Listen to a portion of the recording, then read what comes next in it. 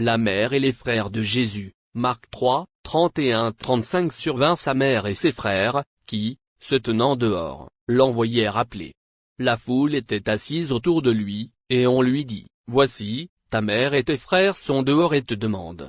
Et il répondit, Qui est ma mère, et qui sont mes frères? Puis, jetant les regards sur ceux qui étaient assis tout autour de lui, Voici, dit-il, ma mère et mes frères. Car, quiconque fait la volonté de Dieu, celui-là est mon frère, ma sœur, et ma mère. La mère et les frères de Jésus. Nous avons déjà vu dans le passage antérieur que les parents de Jésus voulaient le persuader afin qu'il laisse l'œuvre qui produisait un grand bouleversement.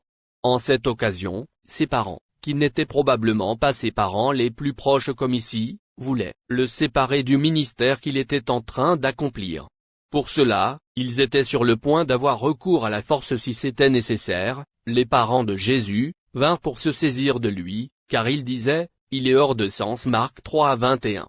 Dans le passage que nous avons maintenant, ce sont sa mère et ses frères qui viennent le chercher, et bien que leur attitude semble moins agressive, la finalité est la même, ta mère et tes frères sont dehors et te demandent. Dans d'autres passages des Écritures, nous savons que les frères de Jésus n'ont pas cru en lui pendant son ministère sur terre. Jean 7:5, car ses frères non plus ne croyaient pas en lui. Cependant, leur attitude changea radicalement après la résurrection. Actes 1:14, tous d'un commun accord persévéraient dans la prière, avec les femmes, et Marie, mère de Jésus, et avec les frères de Jésus. Nous devons comprendre que le fait qu'ils étaient ses parents directs ne leur donnait pas le droit de se convertir en ses disciples automatiquement. Eux, comme toutes les autres personnes, ont dû passer par un processus qui les a conduits à croire en Jésus et à l'accepter comme leur sauveur. Il est certes vrai qu'ils ont eu le privilège de vivre directement avec le Seigneur Jésus, et ce fait constituait parfois un obstacle pour eux. Mais il n'y avait pas de doute sur le fait que cette famille n'était pas une famille normale, parce que la présence du Fils de Dieu incarné dans la maison faisait qu'elle soit une famille unique. Et même si nous ne savons pas ce qu'ils savaient au sujet de sa naissance surnaturelle, ce qui est sûr et certain, c'est qu'ils observaient de grandes différences entre Jésus et eux jusqu'au point où cela a peut-être pu être la cause de scènes de jalousie à maintes reprises. Cela expliquerait peut-être la tension que nous remarquons dans la conversation que Jésus a eue avec ses frères lorsqu'il allait à la fête des tabernacles, et Jésus décida de ne pas aller avec eux, Jean 7, 1-9. Mais ils finirent par tout comprendre quand le Seigneur est ressuscité. Paul nous dit qu'après sa résurrection, il est apparu à Jacques, 1 Corinthiens 15:7, un des frères du Seigneur et un important membre de la première église de Jérusalem, Galates 1:19. Bien évidemment, tout cela changea sa vision de Jésus. Et, des années après, quand il écrit l'épître de Jacques, c'est merveilleux de lire comment il fait allusion à son frère, Jacques 2:1, mes frères, que votre foi en notre glorieux Seigneur Jésus-Christ. Ce ne fut pas non plus facile pour Marie d'être la mère du Fils de Dieu incarné.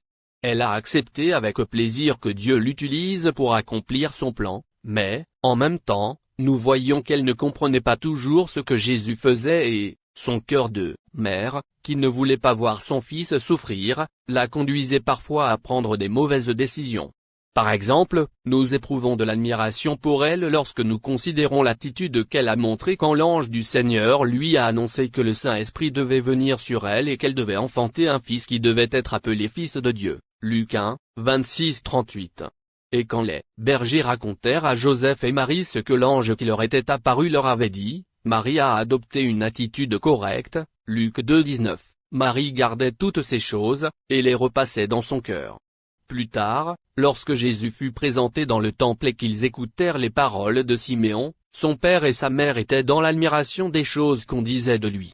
Bien que ce fût Marie celle qui écouta quelque chose que l'ancien Siméon lui dit et qui devait l'amener à réfléchir et qui n'était pas facile d'accepter, voici, cet enfant est destiné à amener la chute et le relèvement de plusieurs en Israël, et à devenir un signe qui provoquera la contradiction, et à toi-même une épée te transpercera l'âme, afin que les pensées de beaucoup soient dévoilées. Luc 2, 21-35. Quand Jésus a eu 12 ans, il est resté dans le temple pendant que ses parents, sans s'en rendre compte, retournèrent à Nazareth.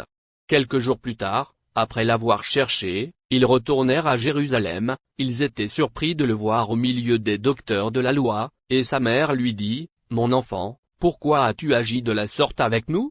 Voici, ton père et moi, nous te cherchions avec angoisse. » Mais Jésus dit quelque chose que sa mère n'a pas comprise, bien qu'elle la gardât dans son cœur, « Pourquoi me cherchiez-vous? En saviez-vous pas qu'il faut que je m'occupe des affaires de mon père ?» Luc 2, 41-52. Et quand vint le moment où il était un homme adulte et il devait commencer son ministère, Marie devait s'adapter à la nouvelle position qu'elle devrait occuper par rapport à Jésus à partir de ce moment. Et, parfois, cela lui était difficile. Par exemple, lorsque Jésus et ses disciples furent invités à un mariage à Cana en Galilée, Marie semblait vouloir diriger Jésus, mais il ne le lui a pas permis et, de fait, il s'est dirigé à elle avec une certaine dureté. « Femme, qu'y a-t-il entre moi et toi? Mon heure n'est pas encore venue. » Jean 2, 1-4. Et dans le passage que nous avons devant nous dans Marc, peut-être quelque chose de ce genre était en train de passer.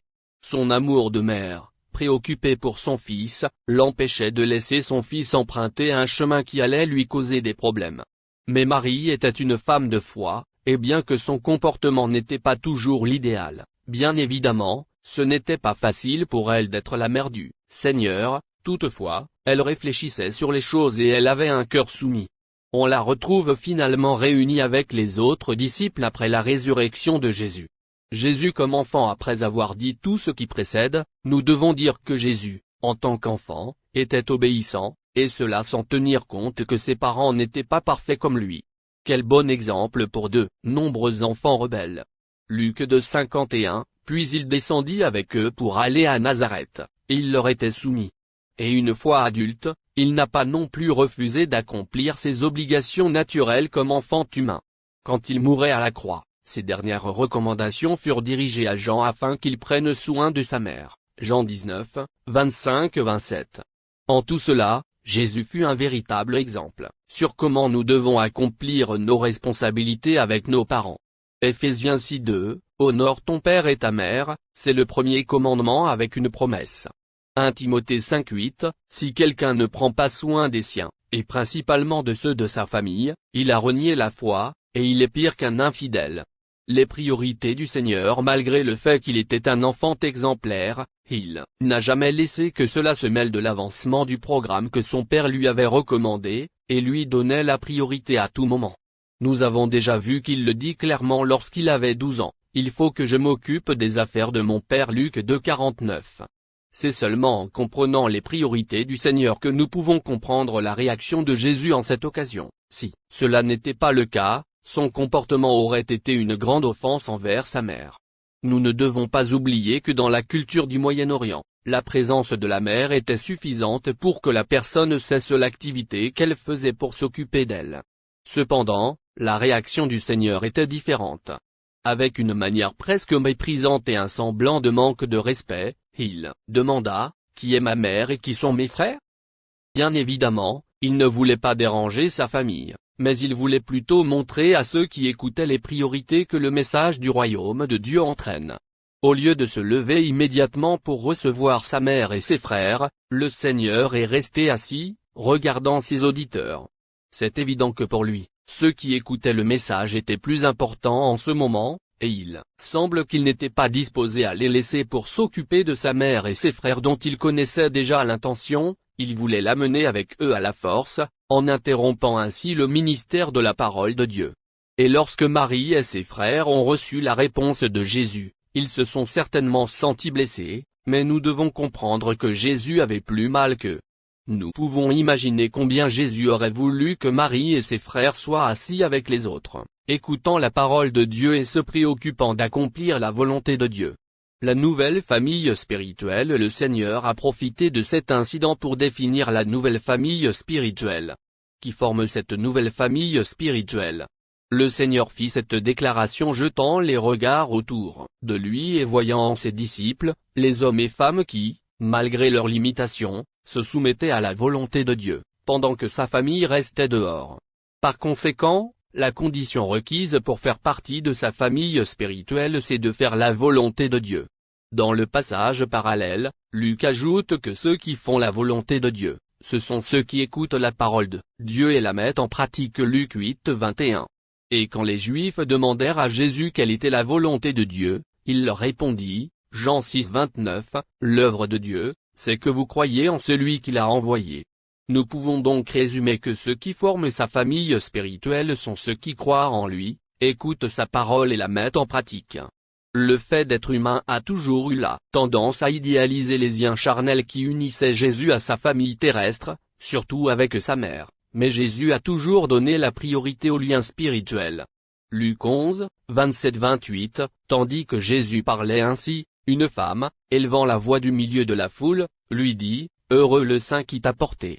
Heureuses les mamelles qui t'ont allaité. » Et il répondit, « Heureux plutôt ceux qui écoutent la parole de Dieu, et qui la gardent. » Sur la base de tout ce qui précède, quelle doit être notre relation avec la famille naturelle et la spirituelle? Nous avons déjà vu que le Seigneur plaçait au-dessus de tout lien de parenté la relation spirituelle et, devant tout lien naturel, les intérêts de son Père. Mais il est allé plus loin, jusqu'au point de dire qu'il n'acceptait pas pour disciple celui qui aimerait sa famille plus que lui. Luc 14, 26, si quelqu'un vient à moi, et s'il ne hait pas son père, sa mère, sa femme, ses enfants, ses frères, et ses sœurs, et même sa propre vie, il ne peut être mon disciple. C'est une réalité certaine que le royaume de Dieu établit de nouvelles priorités dans les relations de ceux qui veulent lui appartenir. Les frères et les sœurs dans le Seigneur sont liés par le sang de Jésus, ce qui constitue un lien plus fort que celui qui nous unit dans la chair. C'est vrai que nous avons beaucoup de choses en commun avec la famille charnelle, des liens de sang, peut-être la même maison, beaucoup de temps passé ensemble. Mais ce qui nous unit à la famille de la foi est beaucoup plus important et permanent, la foi en un même Seigneur, les mêmes croyances et expériences, une espérance commune, des objectifs, des principes et un futur éternel ensemble. Mais le fait que le chrétien soit plus proche de ses frères dans la foi que de sa famille païenne lui cause le plus souvent des problèmes. Dans ce passage, nous voyons que le Seigneur lui-même a dû passer par la douloureuse expérience d'être incompris et méprisé par ses parents. Comme c'était difficile pour lui de voir que sa propre famille mettait, d'une manière ou d'une autre, des obstacles à son ministère. Il a lui-même dit que cela serait un principe général pour tous ceux qui le suivraient, Matthieu 10, 36, et l'homme aura pour ennemi les gens de sa maison. Mais nous ne devons pas oublier que si, à cause du royaume de Dieu, nous perdons certaines relations familiales, le Seigneur y pourvoit avec d'autres nouvelles et plus abondantes. Marc 10, 29-30, Jésus répondit, « Je vous le dis en vérité, il n'est personne qui, ayant quitté, à cause de moi et à cause de la bonne nouvelle, sa maison, ou ses frères, ou ses sœurs, ou sa mère, ou son père, ou ses enfants, ou ses terres, ne reçoive au centuple, présentement dans ce siècle-ci, des maisons, des frères, des sœurs, des mères, des enfants, et des terres, avec des persécutions, et, dans le siècle à venir, la vie éternelle. » Combien de chrétiens, méprisés par leur famille quand ils ont décidé de donner leur vie au Seigneur, se sont fait l'écho des paroles du psalmiste lorsqu'il dit, Psaume 27, 10, « Car mon père et ma mère m'abandonnent, mais l'Éternel me recueillera. » Malgré ce que nous venons de dire, nous devons aussi donner un avertissement pour éviter des positions extrêmes que Dieu n'approuve pas. Nous devons faire attention de ne pas s'éloigner de nos parents, spécialement quand ils ne connaissent pas Dieu. Nous ne devons pas non plus utiliser ce passage pour ne pas passer de temps avec la famille. C'est seulement lorsque nos parents veulent empêcher que nous obéissions à Dieu que nous devons suivre